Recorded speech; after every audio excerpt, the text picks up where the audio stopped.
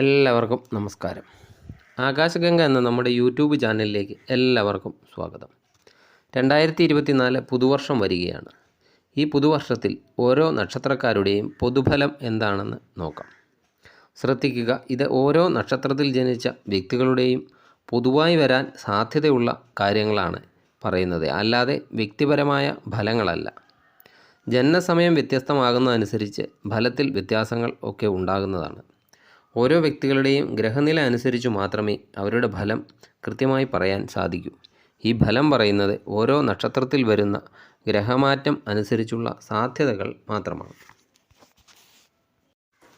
ഉത്രം നക്ഷത്രക്കാർക്ക് പൊതുവെ നേട്ടമുണ്ടാക്കുന്ന വർഷമാണ് 2024. ഐശ്വര്യത്തിൻ്റെയും സന്തോഷത്തിൻ്റെയും കാലമായിരിക്കും. ഇവർക്ക് ജനുവരി ഫെബ്രുവരി മാസങ്ങളിൽ വിദ്യാഭ്യാസ കാര്യത്തിൽ അഭിവൃദ്ധിയുടെ സമയമാണ്. സന്താനങ്ങൾക്ക് ഉയർന്ന ജോലിയിൽ പ്രവേശിക്കാനുള്ള സാധ്യതകളൊക്കെ കാണുന്നുണ്ട്. അതുപോലെ കുടുംബജീവിതം സന്തോഷകരമാവുകയും പൊതുകാര്യങ്ങളിൽ ഒക്കെ ഇടപെട്ട് സമൂഹത്തിൻ്റെ അംഗീകാരം നേടുകയും ചെയ്യാൻ സാധിക്കുന്നതാണ്. സ്വന്തം കാര്യസാധ്യത്തിന് വേണ്ടി മറ്റുള്ളവരെ ഉപേക്ഷിക്കേണ്ട അവസ്ഥയൊക്കെ ചിലപ്പോൾ ഉണ്ടാകാം. കഠിന പ്രയത്നം മൂലം ഭാവി ജീവിതം ഭദ്രമാക്കാനുള്ള ശ്രമങ്ങളൊക്കെ വിജയകരമായി ഭവിക്കുന്നതാണ്. ഈശ്വരാനുഗ്രഹത്താൽ ആപത്ഘട്ടങ്ങളെയൊക്കെ തരണം ചെയ്യാൻ സാധിക്കും. മനസാക്ഷിക്ക് വിരുദ്ധമായ ചില പ്രവൃത്തികളിൽ ഏർപ്പെടാനുള്ള ആഗ്രഹമൊക്കെ ഉണ്ടാകാം, പക്ഷേ അത് ഒഴിവാക്കുന്നത് നല്ലതാണ്. എങ്കിലും കുടുംബത്തിൽ സന്തോഷവും ധനലാഭവും ഒക്കെ പ്രതീക്ഷിക്കാവുന്നതാണ്. മാർച്ച് ഏപ്രിൽ മാസമാകുമ്പോഴേക്കും പുത്തൻ അറിവുകളൊക്കെ ആർജിക്കാനുള്ള അവസരങ്ങൾ കൈവരികയും മത്സരങ്ങളിലൊക്കെ വിജയിക്കാൻ സാധിക്കുകയും ചെയ്യുന്നതാണ്. ആയുർ സംബന്ധമായ ചില ദോഷങ്ങൾക്ക് സാധ്യതയുള്ളതിനാൽ ശിവഭജനവും കർമാനുഷ്ഠാനങ്ങളും ഒക്കെ ചെയ്യുന്നത് അനിവാര്യമാണ്. കേസൊക്കെ സംബന്ധമായ കാര്യങ്ങളിൽ വിജയസാധ്യത ഉണ്ടാവുകയും മനസ്സിനെ ബാധിച്ച ചില പ്രശ്നങ്ങളൊക്കെ മാറിക്കിട്ടുകയും ചെയ്യും.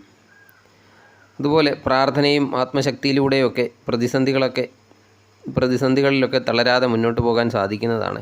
വിദേശയാത്രയ്ക്കൊക്കെ ശ്രമിക്കുന്നവരാണെങ്കിൽ വിദേശയാത്രയൊക്കെ ഫലപ്രദമാകുന്നതാണ്. ഇപ്പോൾ താമസിച്ചു കൊണ്ടിരിക്കുന്ന വീട് മാറാനുള്ള സാധ്യതകളൊക്കെ കാണുന്നുണ്ട്. ചില പിടിവാശികളൊക്കെ ഉപേക്ഷിക്കണം, അല്ലെങ്കിൽ എന്തെങ്കിലുമൊക്കെ അനർത്ഥങ്ങളൊക്കെ സംഭവിക്കാം. അതുപോലെ അനർത്ഥങ്ങളൊക്കെ കുടുംബജീവിതത്തിൽ പ്രശ്നം ഉണ്ടാക്കും എന്നറിയുക.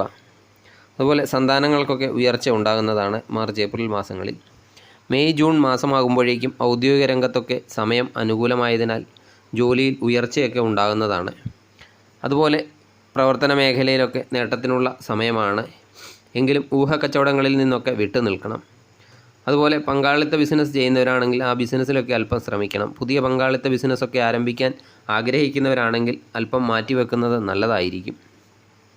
കുടുംബത്തിൽ ചെറിയ അസ്വാരസ്യങ്ങളൊക്കെ ഉണ്ടാകാം. അതുമൂലം ഭാര്യയും ഭർത്താവുമായിട്ടൊക്കെ പിണങ്ങിക്കഴിയേണ്ട അവസ്ഥകൾ ഉണ്ടാകുന്നതാണ് ഇടയ്ക്ക്.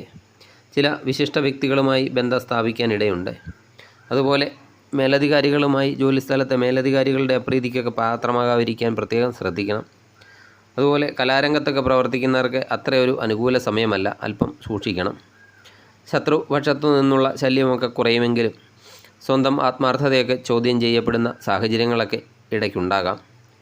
ആരോഗ്യസ്ഥിതിയും അത്ര അനുകൂലമായിട്ട് കാണുന്നില്ല മെയ് ജൂൺ മാസങ്ങളിൽ. അതുപോലെ സ്വജനങ്ങളൊക്കെ തള്ളിപ്പറഞ്ഞാലും മാതാപിതാക്കളുടെ ഉപദേശങ്ങളൊക്കെ ഗുണപ്രദമായി തീരുന്നതാണ്. ജൂലൈ ആഗസ്റ്റ് മാസമാകുമ്പോഴേക്കും വിദേശ ജോലിക്കുള്ള സാഹചര്യം ഒത്തുവരുന്നതാണ്. അതുപോലെ ചിലവൊക്കെ അല്പം നിയന്ത്രിക്കണം. വരുമാനത്തേക്കാൾ കൂടുതൽ ചിലവൊക്കെ വരുന്ന ഒരു സമയമാണ്. അതുപോലെ സമീപവാസികളും അയൽവക്കംകാരുമൊക്കെ ആയിട്ട് ചില തർക്കങ്ങളൊക്കെ ഉണ്ടാകാൻ സാധ്യത ഉള്ളതാണ്. അതിനാൽ അക്കാര്യങ്ങളൊക്കെ ശ്രദ്ധിക്കണം. അതുപോലെ സ്വന്തം വീട്ടിൽ നിന്ന് അകന്നു നിൽക്കേണ്ട സാഹചര്യങ്ങളൊക്കെ ഉണ്ടാകാം. ബന്ധുക്കളുമായി ചില അഭിപ്രായ വ്യത്യാസങ്ങളൊക്കെ ഉണ്ടാകുന്നതാണ്. അതുകൊണ്ട് മറ്റുള്ളവരെയൊക്കെ കുറ്റപ്പെടുത്തുന്ന അവസ്ഥ ഒഴിവാക്കണം. സാംസ്കാരിക രംഗങ്ങളിലൊക്കെ സജീവമായി സഹകരിക്കുന്നത് മൂലം സമൂഹത്തിൽ നിന്നൊക്കെ അംഗീകാരം ലഭിക്കുന്നതാണ്. അതുപോലെ വിദേശത്ത് നിന്ന് ഒക്കെ എന്തെങ്കിലും കാര്യസാധ്യമോ അതുപോലെ വിവാഹ സാധ്യതയും ഒക്കെ കാണുന്നുണ്ട്. മാനസിക വിഷമങ്ങളിൽ നിന്നൊക്കെ അല്പം മോചനമുണ്ടാകുന്ന സമയമാണ്. അതുപോലെ കർമ്മരംഗമൊക്കെ അല്പം പുഷ്ടിപ്പെടുന്നതാണ്. അനുകൂലമായ അവസരങ്ങളെയൊക്കെ ബുദ്ധിപൂർവ്വം പ്രയോജനപ്പെടുത്തണം. ജൂലൈ ആഗസ്റ്റ് മാസം അനുകൂലമായ സമയമാണ്. അതുപോലെ ധനലാഭം ഉണ്ടാക്കാനും പറ്റുന്ന സമയമാണ്. എന്തെങ്കിലും കാര്യം ആഗ്രഹിച്ചാൽ അതും നടക്കുന്ന സമയമാണ് ജൂലൈ ആഗസ്റ്റ് മാസം. സെപ്റ്റംബർ ഒക്ടോബർ മാസങ്ങളിൽ ചിലവൊക്കെ അധികരിക്കുമെങ്കിലും എന്തെങ്കിലും വസ്തു ഇടപാടിലൊക്കെ ലാഭം പ്രതീക്ഷിക്കാം. അതുപോലെ പുതിയ വാഹനം വാങ്ങാനുള്ള യോഗം കാണുന്നുണ്ട്. തൊഴിൽ രംഗത്തൊക്കെ പുരോഗതി ഉണ്ടാകും. അതുപോലെ കുടുംബത്തെ ഏതെങ്കിലും തരത്തിലുള്ള മംഗളകർമ്മങ്ങളൊക്കെ നടക്കും. പുണ്യസ്ഥലങ്ങളൊക്കെ സന്ദർശിക്കാനുള്ള യോഗമുണ്ട്. അതുപോലെ വ്യവഹാരങ്ങളിലൊക്കെ വിജയ സാധ്യത കാണുന്നുണ്ട്. ഏറ്റവും അടുത്ത ബന്ധുക്കളുമായി ചെറിയ പിണക്കങ്ങളൊക്കെ വേണ്ടി വരുന്നതാണ്. അതുപോലെ ഭാര്യയുമായിട്ടുള്ള അഭിപ്രായ വ്യത്യാസമൊക്കെ പരിഹരിക്കുന്നതാണ്. അതുപോലെ മറ്റുള്ളവരുടെ കാര്യങ്ങളിലൊക്കെ അനാവശ്യമായി ഇടപെടുന്നതൊക്കെ ഒഴിവാക്കണം. അത് ദോഷഫലങ്ങളൊക്കെ ഉണ്ടാക്കും. മറ്റ് സ്ത്രീകളുമായി ഇടപെടുമ്പോഴും ശ്രദ്ധിക്കണം. അല്ലെങ്കിൽ അപവാദങ്ങളൊക്കെ കേൾക്കേണ്ടി വരുന്നതാണ്. ക്ഷേത്ര സംബന്ധമായ ആരാധനാലയ സംബന്ധമായ കാര്യങ്ങളിലൊക്കെ കൂടുതൽ ശ്രദ്ധ കൊടുക്കുന്നതാണ്. അതുപോലെ സ്വന്തമായിട്ടോ അല്ലെങ്കിൽ അന്യർക്ക് വേണ്ടിയോ ഒക്കെ ഏതെങ്കിലും തരത്തിലുള്ള കടബാധ്യതകളിൽ ചെന്ന് ചാടാനുള്ള അവസരം വന്നു ചേരും. അതിൽ ചെന്ന് ചാടരുത്.